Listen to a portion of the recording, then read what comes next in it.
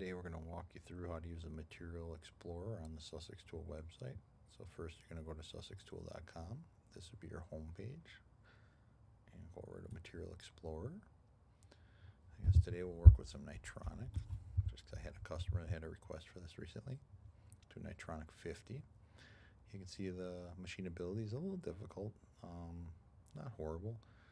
Nitronic is very similar to like a 316L. L in stainless is low carbon, which usually means it's weldable. So you'll notice that this is also a weldable material. It's used a lot in marine parts, shafts, pumps, fasteners, also cryogenically frozen products if you haven't done that before. It does have a good resistance from corrosion to like salt. So a lot in the marine, saltwater marine applications. It does have a tensile strength of 860, a little high on the higher scale. Chemical composition kind of breaks down that. You'll see the hardness is 260 Burnell, which is close to 26 Rockwell.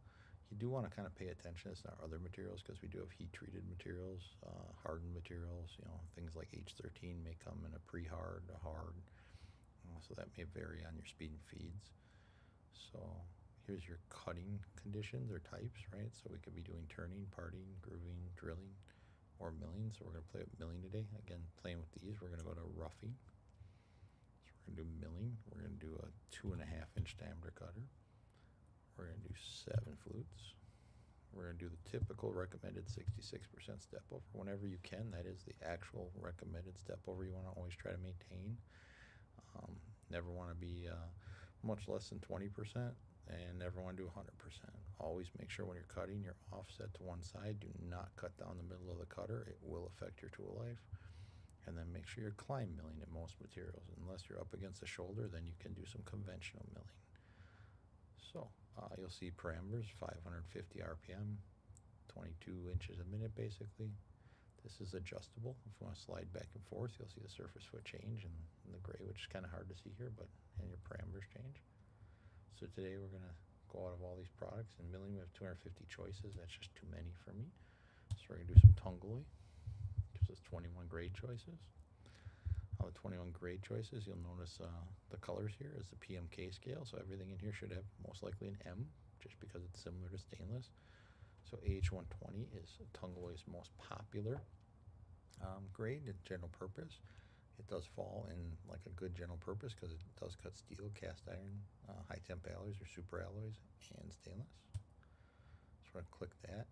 So you'll see all the inserts available in that.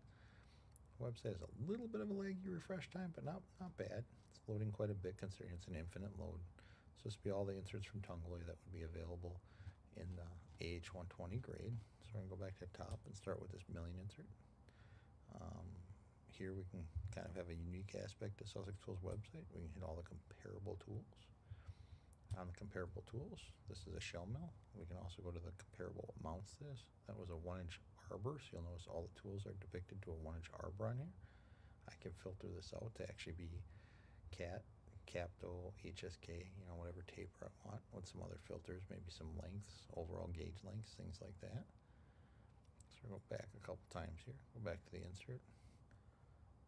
The insert also had some nice filters where I could break down the depth of cut, the corner radius, the type of milling, 45 degree, 90 degree, all that important data. But at this point, we got to an insert, and that would be kind of how we do our selection. So thank you for listening.